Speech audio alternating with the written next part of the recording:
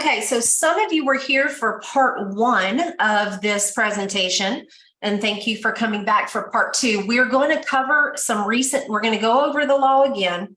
We're going to cover some recent developments and make sure everybody is ready to go with the new contract you're supposed to be using effective tomorrow, as well as a new addenda that you should be using for all of your current contracts. And we're going to talk about all of that. Without further ado, we are off to the races. It makes it way more interesting if you guys interrupt me with questions and all of that. And if you have a question, that's probably because I have not been clear, which means other people might have the same questions. So please, please, please ask your questions. Plus, it helps me to know that you're actually listening. All right, let's go.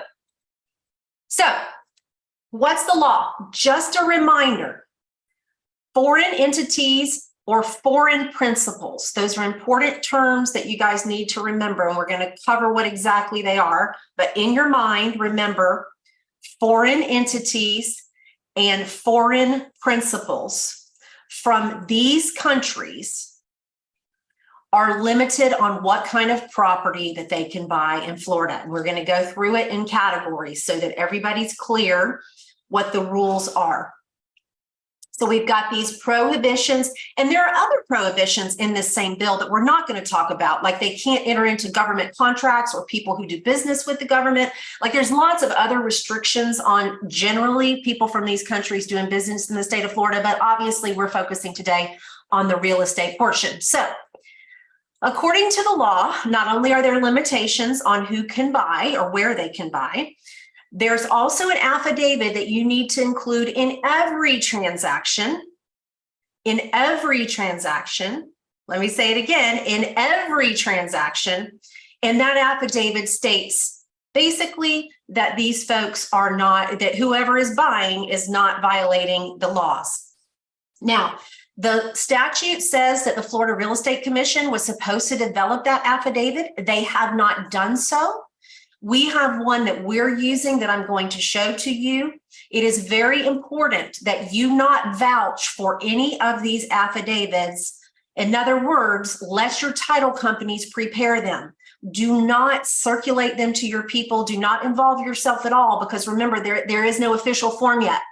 So us title companies are nudging out there, complying with the law as best we can, but I don't want you guys to be at the source of a affidavit that might not be compliant. And I have heard, but not seen myself, but I have heard that there is one going around from a major underwriter that does not comply. That's not going to be your problem. My point is, let your title companies do it. Let them take responsibility. But that's in how many transactions, Camille? Every transaction, every single transaction. Okay.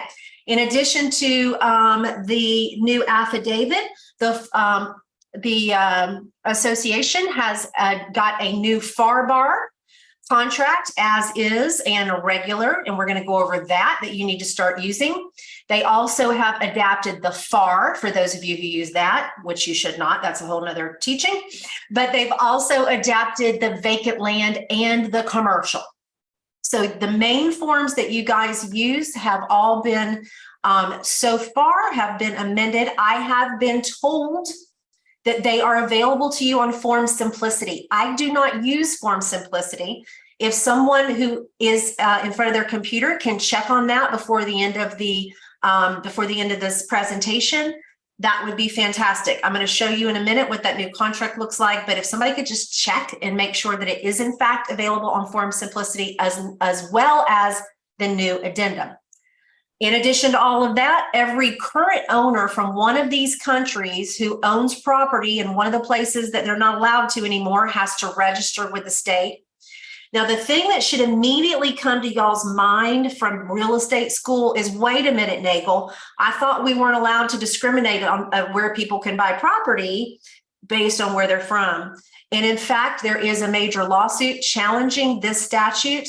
It was filed by, in part, one of the plaintiffs was actually a Claremont-based broker who does a lot of work with Chinese folks. The Department of Justice has this week inserted itself and also raised concerns that this violates the law. Sue, thank you for letting us know that the form Simplicity is available. And I'm assuming, Sue, correct me later if I'm wrong, that the addendum is there as well. All right, so any general questions before we get off? All right, seeing none, let's look at it more specifically. Who does the law apply to? It applies to what's called a foreign principal, that's an important word, or a foreign entity from these countries. Now, these are not the official names of the countries. Y'all know that this is not a geography lesson. Cut me some slack. But bottom line, all these countries, as long as they're not a green card holder or here on a official permission to reside that's not a tourist visa. Looks like I missed a V there. This is important. If they have tax ID numbers, doesn't count.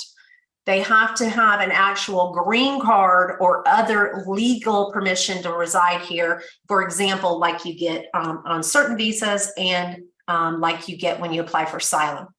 So who is a foreign principal? It's a government or any official of a government, political party or member of the party, a partnership, association, corporation, LLC, any kind of business entity organized in one of those countries, having a principal place of business in one of these countries, and alarmingly having subsidiaries in one of these countries. That's going to be a lot.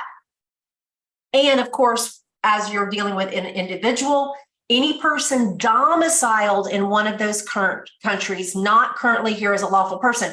Now, I want to bring your attention to the word here, domiciled. So that can mean, for example, you can be a British citizen working for a company that is located in China, and you can actually be domiciled there and have this law apply to you. So it doesn't just apply to residents of those countries, it actually just to people who are domiciled there. Now, of course, the statute doesn't tell us what it means by domiciled in that context, so we're just applying what we know. And as you know, you can have a domicile in one location and a resident in the other. In addition, if anyone from these countries has an ownership interest of more than 25%, or they get more than 25% of the profits, that is considered to be an entity that is disregarded. So if they have less than 24, if they're a member of an LLC, for example, that has less than 24% of the interest, they can move forward. But if they have 26%, no. Any questions about who it applies to? Foreign principals, foreign entities, domiciled in one of these countries. Again, they don't have to be a resident. They don't have to be a citizen of one of these dangerous countries.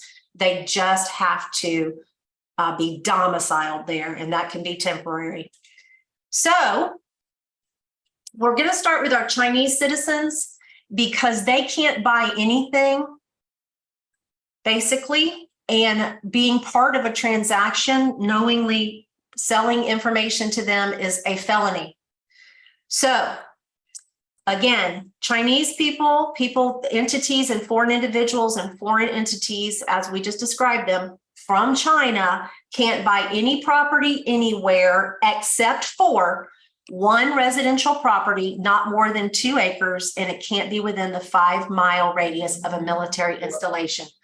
I want you guys to keep that in your brain as the China rule. China gets nothing, nowhere, no how, except one residential property, not more than 2 acres, can't be closer than 5 miles to a military installation, and they also have to be here on an official permanent residence right to reside, which is a valid non-tourist visa, or for example, they're here on asylum. Any question about Chinese entities or individuals? I had thought that I read something regarding government buildings as well, stuff like that. Oh yeah, we're going to get into that. Perfect. I'm talking about China only. So the China rule is they have to meet these requirements. They have to be here legally. Again, there's limits on being here legally. The type of, they can't have a tourist visa, right? And they can only own one residential property. It can't be more than 2 acres, and it cannot be within a 5-mile radius of a military installation. Those are the requirements and restrictions for Chinese folks. Any other questions? This is Christy. Can you hear me? Yes, thank you, Christy. What if you're in contract right now? You need an addenda, and I'm going to show you what that addendum looks like. So if you're in due diligence and you've got a contract in process that's a signed contract, you still need to put this forward? We're going to talk about this later, Christy, but the problem is arguably enforcing these, you as a realtor are arguably exposing yourself to claims that you are making, that you are participating in violations of the Fair Housing Act. And because I don't want So it to, let me finish.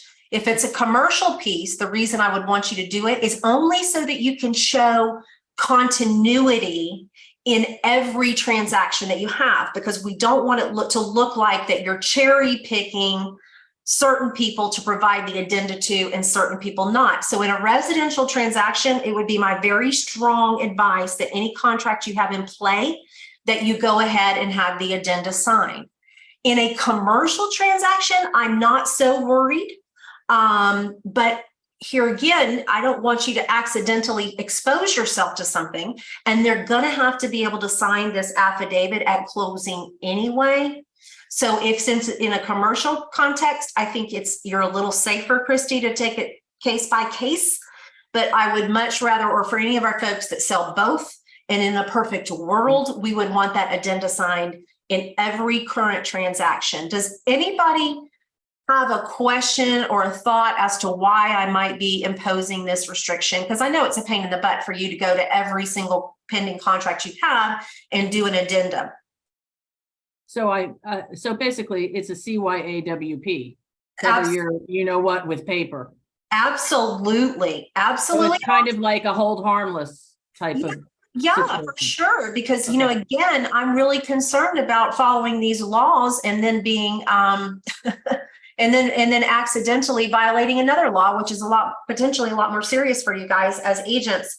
So I would, you know what I try to do? I try to give y'all what you need to cover your fannies, and covering your fanny would be an addenda on every contract that's currently in play. That would be Thank you. Perfect.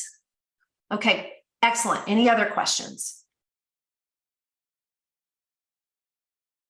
Okay, so now let's go to the rules for everybody else. Every other country, again, Cuba, Iran, North Korea, Russia, Syria, Venezuela, every other country now is going to follow these rules. All right, number one, people from those countries cannot purchase agricultural lands, no matter where it's located, under any circumstances, period, end of discussion.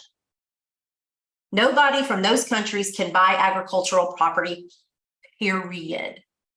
No exceptions. Now, you're saying to me, Meredith, how do we know it's agricultural? Well, the statute says if it has been labeled as such by the property appraiser, end of discussion.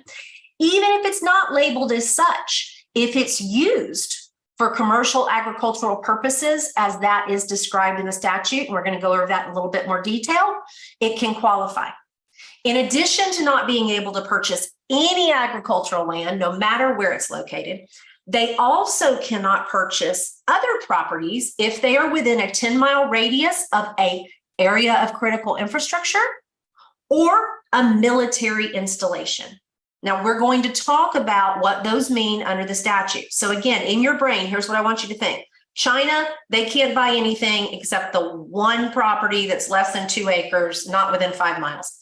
Everybody else, nobody can buy from those countries can buy any ag land, nor can they buy any property within a 10-mile radius of these two phrases that we're going to talk about. Now, outside of that, they can do it.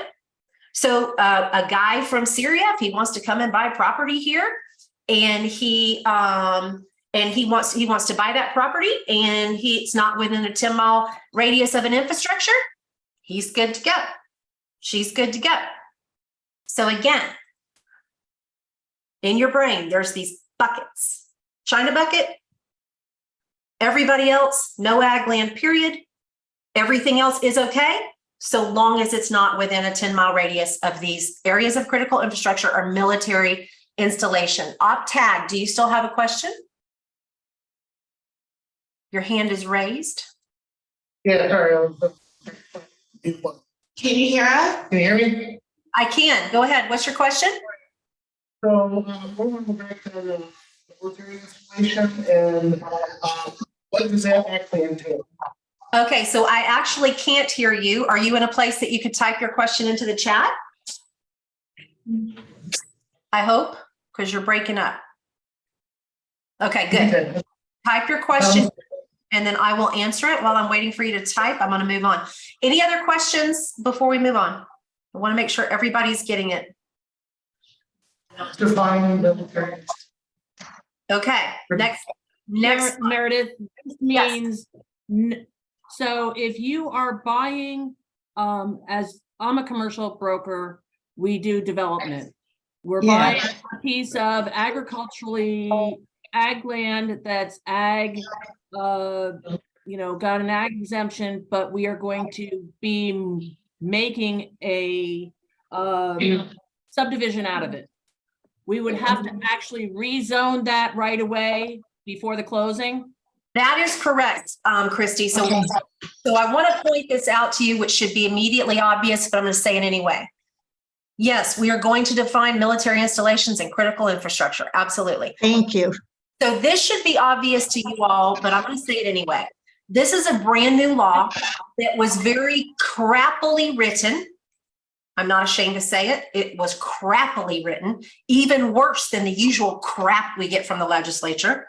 It has holes the size of, I don't even know what. None of us really know how to interpret this, how this is going to work out in actual context. So what we have to do now, Christy, is be careful. And there is no exception for land that's going to be changed.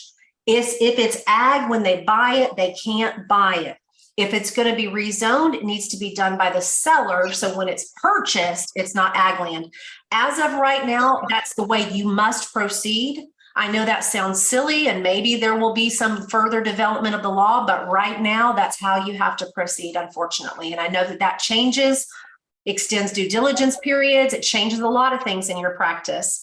But again, I don't know how much you work with people from some of these countries, but in any event, yes, you must rezone. Any other questions before we move on? All right, let's talk about the ag restrictions. I spoke on this very briefly. Again, it's considered ag if the property appraiser says so, and the statute is very clear about that. It's also considered ag if it is used for a bona fide agricultural purpose. So this is, you can have property qualify as ag that does not have an ag exemption. So the ag exemption is not the end of the inquiry. If it is an ag exemption, you're dead in the water. If it's not an ag exempt property, it still could qualify as ag if it's being used that way. Now, for people from these countries who currently own property that is in agricultural lands, they don't have to sell it, but they do have to report it to the Department of Agricultural and Consumer Services by Jan 1. Now, we have taken the liberty of reaching out to these state entities that are responsible for registration, and we have confirmed that they have nothing set up yet. When we talked to somebody with the Department of Agricultural and Consumer Services, she did tell me she was keeping a list of people who are calling and trying to register. But I think in their brain, they're waiting for FREC to do their thing. And then they're thinking in their mind, well, it's not really due until towards the end of the year. So we're going to take some time and get those registration components set up. I mean, they're going to have to hire people to figure this whole system out. Ian, do you have a question? Yes. Okay, I'm taking this info in. What about properties that are owned, not just ag, but what about the properties that those entities are currently owning that are close or in proximity to military base? That's the next one, and we're going to tell you where they have to register. Thank you for that excellent lead till our next slide. You guys are on it like Donkey Kong this morning. Okay, any questions about ag? It's really the simplest. They can't buy it. I don't know what to tell you. And if they currently own it, they have to register with the Department of Agriculture and Consumer Services by Jan 1. Okay, so the next prohibition is military installations and critical infrastructure. So remember what we said. People from other countries can buy property other than China. People from those targeted countries can buy other peak property besides ag, so long as it is not within a 10-mile radius of any military installation or critical infrastructure facilities. What does that mean? Well, I can tell you it's large portions of the state of Florida. We've just right here, just really quickly shown you what pulls up on Google. So let's talk more specifically about what that covers.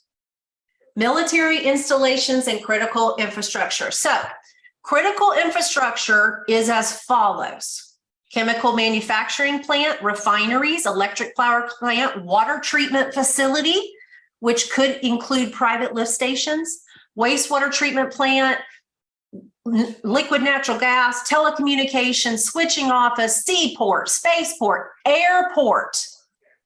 Now, they have to have fences, barriers, or guard posts designed to exclude unauthorized persons, which could, there's no requirement to how big the fence has to be to qualify. So I know that all private lift stations I've ever been involved with as a commercial lawyer have fences around them so they could qualify, and we don't have any further direction. Oh, I'm going to give my husband a kiss. Bye. He's fixing to go out of town for the weekend. Bye. Love you. I'll see you on Monday. Monday. See you then. Love you too. Okay, sorry about that. So this is a big list. Now here's the problem, guys. We ain't got a list of where these places are. And the thought that we should create a registry of where these potentially sensitive locations are seems a little dumb to me, but I'm not someone who voted on this thing. But the bottom line is, if you wanted to see a list of any of these things, a list of the military installations, a list of critical infrastructure, it does not exist. Okay, any questions about the critical infrastructure? Wow. Remember, not within 10 miles of anything that qualifies here to include an airport. Again, Meredith, lot of municipal telecommunications, airports are switching offices. Who's talking? This is Christy. Again, telecommunications, like as in cell phone towers? It literally says in the statute, telecommunications central switching office. Now, when I look that up on the Google, it does not give me something that I understand, like an actual definition. that makes sense to Description me. or definition. Yeah, not that makes sense to me. Again, I didn't write this thing. We're stuck with it. I don't think a cell tower qualifies. But look at what we hear from Michelle. Several thousand buildings are central office switching locations. Probably why I can't find it, right? I mean, this is a big, big, big deal. Now, there's no requirement for the size of the building for the critical infrastructure. There's no requirement at all. It can be tiny, it can be huge. It just has to be fenced. Now, military installations, they have to be at least 10 contiguous acres. Okay. Okay, and a base, a camp, a post, a station, a yard, or center under the jurisdiction of the Department of Defense or its affiliates. Again, there is no list of where these things are located. I understand from my reading that this is huge portions of the state. Again, I don't know, but especially I'm reading up in the north end of the state and down in the south. Now, Ms. if Meredith, I have another question. yeah, let me finish. Hold the question just a minute. If you currently own these properties and you're from one of the prohibited countries, you have to register, but they can't make it easy for us and have one registration place. Those people have to go and register with the Department of Economic Opportunity. Oh, and there's a different due date for reasons none of us understand, which is December 31st. So the ag land has to be reported to the Department of Agricultural by January 1st, 2024. The area within critical infrastructure military installations has to be reported by January 1st. All right, any questions about that part? Okay, I have a question, and that is regarding electric plants and the solar fields and transformer facilities. Right. So the list of critical infrastructure that you see here is a precise copy of the statute. This is all the statute says. It's all the statute covers. The statute does not give further explanation by what it means by an electric power plant. Does that include a solar field? I don't know. We just don't know. And we're going to talk about why y'all shouldn't really care in just a minute. Not that you shouldn't care, but why you shouldn't be able to figure it out, but be trying to figure it out. Any more questions about any of this? That was kind of my question that I was getting ready to ask with respect to as realtors. How We're in going to heaven- cover that. Hold tight. We're going to cover it. Any more questions about the within 10 miles? So again, critical infrastructure, it has to be fenced, which it is, or barriers or guard posts. And then military installations have to be at least 10 contiguous acres. And I will send you this PowerPoint afterwards, if this would be of help to you. And these phrases that you see right here are pulled directly from the statute, and there's no further explanation or help in the statute itself. Okay, so remember how there was a Chinese exception? Remember that? Remember the only thing they can buy is if they're here legally on a non-tourist visa, and they have to be one residential property up to 2 acres in size, not within 5 miles of any military installation. So that China exception is also exception for the other countries. So let's say it again. Just like Chinese folks, foreign principals from China, can only buy if they're a natural person, if they're here within that non-tourist visa, and it's residential, and it's no more than 2 acres in size, and it can't be within 5 miles of a military installation. Critical infrastructure is not in play here at all. So what I want you to think about as the China exception is actually an exception for the other countries as well. Have I confused you by explaining it that way, or has that been helpful? Not gonna lie, a little confused. Okay, so let's start again. I must try to say it in another way. And thank you for saying that, because I've been studying this so much, it's easy to me, but I want you guys to understand. Okay, so you know the countries that are at issue. And remember, we covered, they don't have to be residents of those countries. They just have to be domiciled there, which is pretty scary. If you're from one of those countries, as long as you're not China, you can buy anything but, is maybe a way to put it. They can buy anything but agricultural land, property within 10 miles of a military installation or critical infrastructure. There's one exception for one residential property of less than 2 acres, as long as it's not within 5 miles of a military installation. So what they're trying to do, honestly, I understand from reading some research that this was actually added in here to try to make it past the muster for federal review about fair housing by them saying, okay, well, we're making an exception for someone where they want to live, which is what the Fair Housing Act is supposed to be directed to, but of course it's been interpreted more broadly. So they were trying to get around that by making this one house, if you're here legally on a non-tourist visa, which means like an HB5 visa, or you're seeking asylum.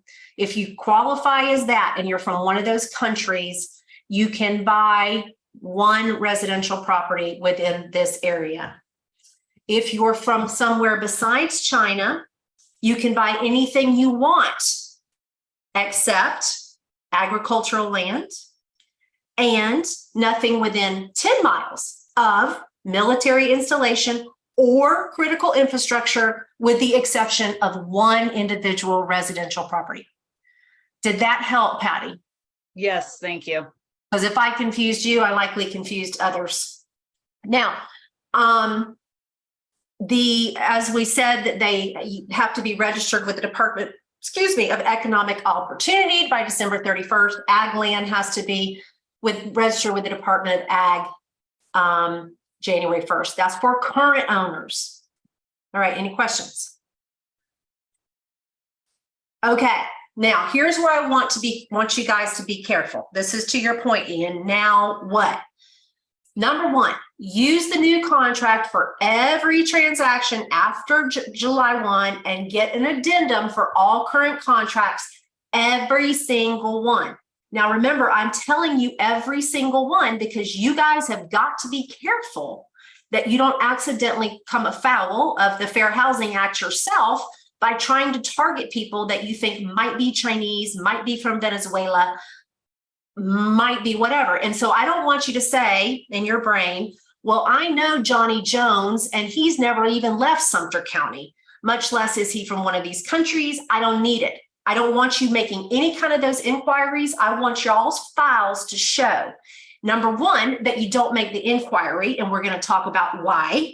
And number two, that you act consistently with every single buyer that you encounter. And so if you do it with every current transaction that you have, and you use every transaction going forward, you will pass that test. That is why I want you to do it on existing contracts. It's about, as Christy said, covering your butt. Do not inquire as to nationality. If you have a client and his name is Zhang Shen, I don't want you asking him if he's from China. Do not ask him where he's from under any circumstances. Do not undertake to give either your seller or your buyer any, hear me, any advice as to whether they are in compliance with the statute. You will direct them to the language on the contract that I'm going to show you, and you will direct them to talk to a lawyer who's going to have malpractice coverage to cover their butts. Because I can tell you, if you tried to sit and figure this stuff out, just trying to be helpful to your clients, you're never going to be able to do it. How could you ever satisfy yourself that you have searched everywhere within 10-mile radius of your lister and know for sure and for certain that it's not violating any of the rules? I would not put my license up for that for anything. The statute, it says that it's a misdemeanor if you violate the rules as to every country except China. If you violate the rules as to China, it's a felony. Now, what's interesting is the statute does not impose obligations. I don't need it blowing on me unless it's oscillating. Other than that, I don't. Ian, can you turn your, do what you need to do. hold on, let me see if Ian is, sounds like he's having problems with the fan in his house. I'm at work. I'm sorry. I should have turned that on. That's okay. I got you muted now. Is renting affected? No. Okay. So I don't want you to undertake any advice because there's no way you can do this and not get yourself in trouble. Any questions about not asking that or providing that advice or direction to your client? I know it's going to be hard and I know you're going to want to help, but what I really need you guys to do more than anything is protect your ability to make money and not get yourself in trouble. And this is one situation where I work with a lot of you. I know you want to help, but I can't tell you the number of realtors I see getting in trouble because they want to help. And I just don't want y'all getting in trouble. And there's just too many. If there was a list, if there was a something, but there's just too much here, you guys. Send them to a lawyer and the lawyer will sit down and go over it with them. And a lawyer has a malpractice policy that covers them if they get bad advice. Okay, so now in addition, all buyers must sign at closing the affidavit that we talked to you about. I'm going to show you that as well. Again, do not be the source of that affidavit because you don't know that it's correct. The only one we can rely on is FREC under the statute, and they haven't issued one yet. So the ones that you see lawyers like me using or title companies that have lawyers are going to be ones that we've come up with as our best efforts to satisfy the law. You're not responsible for making sure that happens. The closing agent is. So do not vouch for anybody's form. Just let them know that there is going to be an affidavit they have to sign in the closing package. Unfortunately, the ability to conduct cash mail-aways with buyers is now gone because the buyer will have to notarize this one document. You know, we've been so excited on all the cash closings we can handle without any notarization, and that's out the door now. So buyers going to have to either get the document signed themselves, come to closing, or pay $150 to get a mobile notary to come to them to sign this one document. It has to be, again, in every transaction. You cannot say, I know John Jones, he's lived in Sumter County his whole life. We don't need it in this closing. You cannot do that. You cannot start going down that road. Again, I need you guys to be objective in applying your standards of practice across all people. And as I said, do not accidentally engage in Housing Act violations. That's when you ask people things like, where do they, what is their nationality? Oh, this name looks Venezuelan. Are you from Venezuela? These are not questions that you're allowed to ask. Don't start because of the statute. Instead, we're going to show you all you need to do to comply. So let me show you now two things. I'm going to show you the affidavit, and we will be glad to send these as well. Anybody that wants this, just let us know. See if I can share my screen. Hold on. Share screen, basic. It's this one. Okay. Now here's what I like about this. Can you guys see an affidavit on my screen? Somebody? Camille, do you see it? Yes. Okay. Yes. Now the reason I particularly like this form, and the reason that you guys should probably get it from me, again, not to vouch for it, because this is going to be coming from our country, from my company, but to at least kind of to have handy to refresh yourself about the law. What this does is it gives you kind of a basic overview of the law. See this? And then this simple affidavit that says they have read this notice, they've had an opportunity to consult with an attorney, they are or are not a foreign principal, and that's it.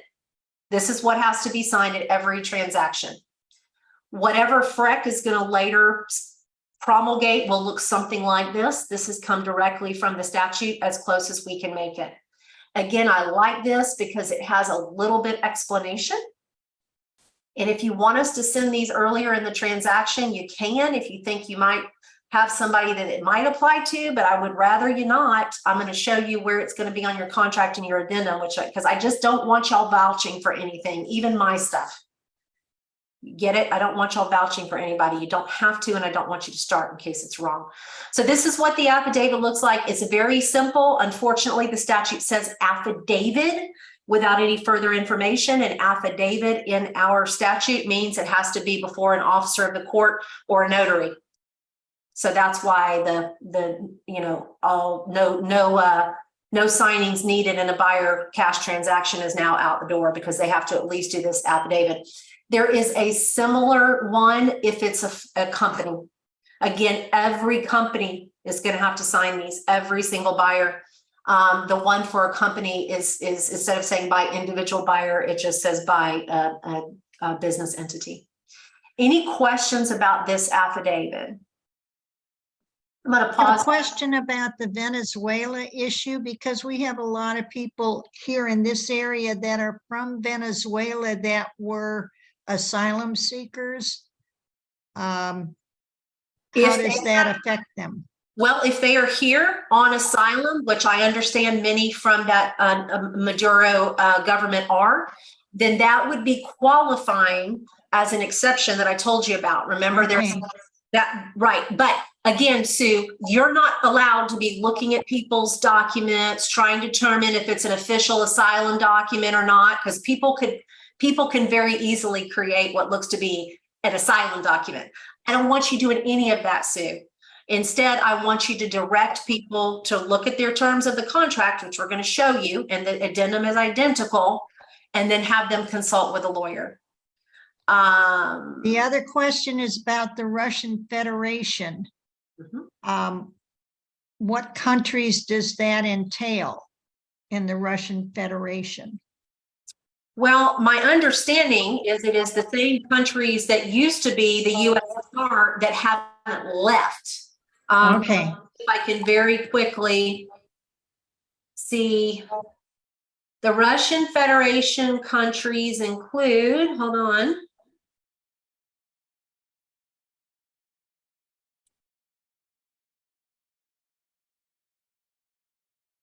There's like a ton of them. Republic of Tatarstan, Republic of Tuva, Republic of Sakha, republic of a bunch of stuff I can't understand. Again, that's why I don't want you trying to Okay. figure this out. Mordovia, Chuvashia, Udmurtia, Backshore-Kanya, whatever. North Ossetia, Ingushetia, Chechnya. That's the only one I recognize. Yeah, So it's a lot. thank see. you. That's Thank why I you. want you trying to figure this out. Okay, is there a way to determine that early before spending time and then find out at the end, I think is what they're saying. Let me see, I'll answer that question. Please send me the affidavit, blah, blah, blah. Okay, people are putting your addresses in. Somebody's head is exploding. I love that. Noel. Someone asked if rented is affected. No, this only applies to property ownership. The idea is they are concerned that people that don't like America have owning property near places where we are vulnerable to attack. That's why it's all ag land is off. That's why it's not critical infrastructure and military installations are not allowed, but they have made that one exception for one property, 2 acres or less. Okay, so let me show you now your contract, just so those of you that do not have it handy. It's really exciting. What excites me about this, I'm easily excited about real estate law, as you guys know, but what else excites me about this is it doesn't mess up any of the other things we already know about. Section 600 talks about this. All we've done is add, can you guys see this language? This is it. This is it. This is all that was added right above the signature line. The addenda is the same thing.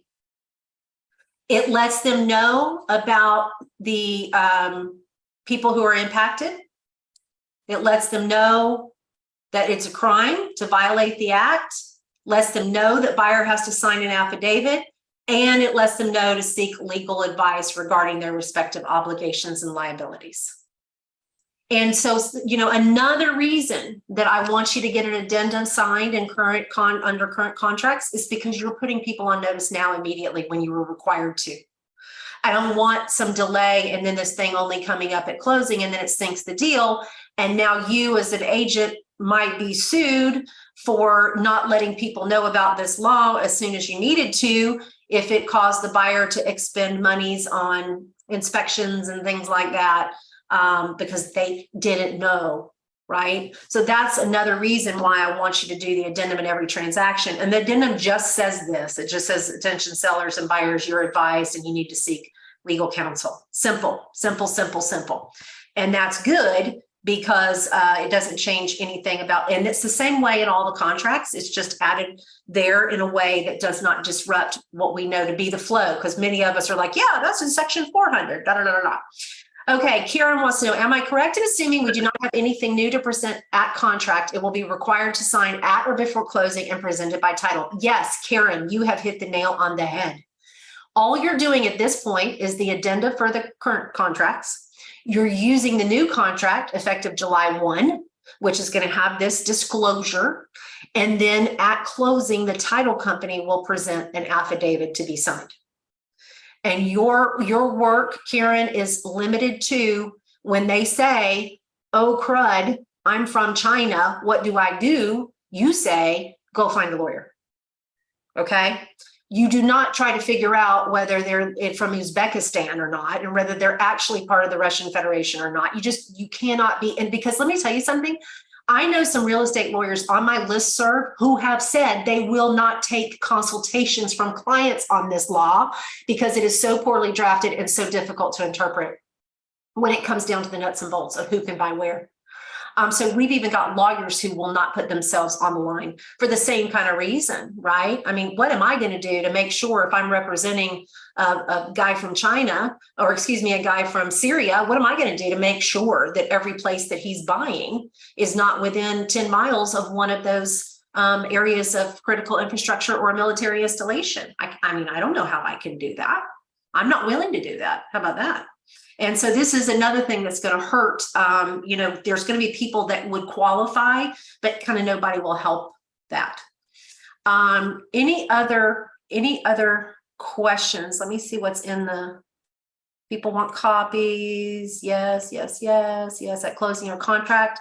It's at closing, Noel. That's when it has to be signed. I got 2 minutes. What if we are currently under contract? I'm telling you that I would get an addenda. Use that addendum. It is available to you in your form simplicity. It is this notice. I want you to do it because number one, I want you to act consistently with every contract once the law was passed. It cannot look like you're cherry picking people. So I want you to cover your butt. I also want them to know, because I don't want them to find out right at closing when they're being presented this and they say, wait, I'm from Syria. I had no idea this was going to be an issue. And now you're in trouble for not letting them know sooner. So to me, when I think about protecting you, I want y'all to have those addenda and I want you to have this contract every single time. Any other questions? Do we feel like, Patty, let me hear from you because you were confused before. Do y'all feel like you've got enough of a handle on this thing to keep yourself out of trouble? Yes, absolutely. Thank you. Because that's my goal for you. First of all, I want y'all to be the smartest around, but part of being the smartest around is staying in your lane. Staying in your lane on this one. You do not try to figure this stuff out for your buyer or seller. You're going to have to send it to a lawyer who will take the file to actually be able to help. Sue. I do have a question because most of this looks like what I've been getting online is targeted toward the residential, but Christy and I do commercial. Are we going to see a commercial contract change? Well, I have been told that the vacant land contract has changed.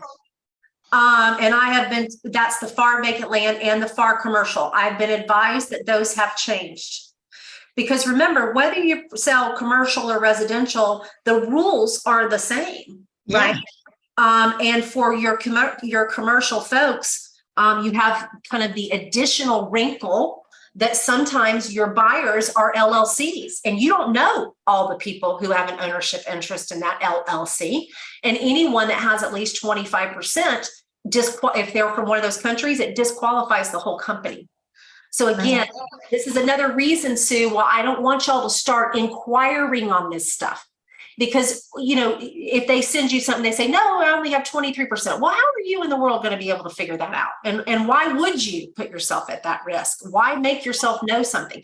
Because here's the last piece. You should say, well, Meredith, what will happen if the law is violated? Well, first of all, if it has to do with anybody but China, it's only a misdemeanor. Realtors are not listed as persons of interest in the statute. They've made an exception for title companies, which is interesting, but also put a burden on title companies so they've made us do this affidavit thing, but then they've said if we don't, it's okay, which is totally weird. So they put the affidavit responsibility on the closing agents. And what is interesting is they don't use the word seller. They don't put the burden on the seller not to sell or the buyer not to buy. They use broad language that it could include everybody in the transaction. Now, did they intend to do that? I don't know. But until I hear that realtors aren't going to get in trouble for violation of this, I don't want y'all even getting accidentally in trouble. Now, we're going to have to say, I'm going to keep you guys up to breast on this. My gut tells me that it is probably going to be overturned in substantial ways, but that will likely be a long time from now. And how it ends up shaking out, we don't know. It would likely go back to the legislature. They would likely try to tweak it. So this is going to be around for a while. So you just need to know that this is what I do. I don't ask questions. And if they get this notice and they're like, oh, dang, I'm from Venezuela, then you send them to a lawyer. Now, as long as you don't have actual knowledge, the liability that is with the broad language, not just on the seller, on the buyer, but everybody involved in the transaction, it's only as to actual knowledge. So don't freaking start inquiring and give yourself actual knowledge. Let this be the buyer and the seller's problem, not your problem, just because you're trying to be helpful. And that's where I see most of my people get hurt, when they're just trying to be helpful. This is a time that you absolutely do not want to be trying to be helpful. Okay, any other questions?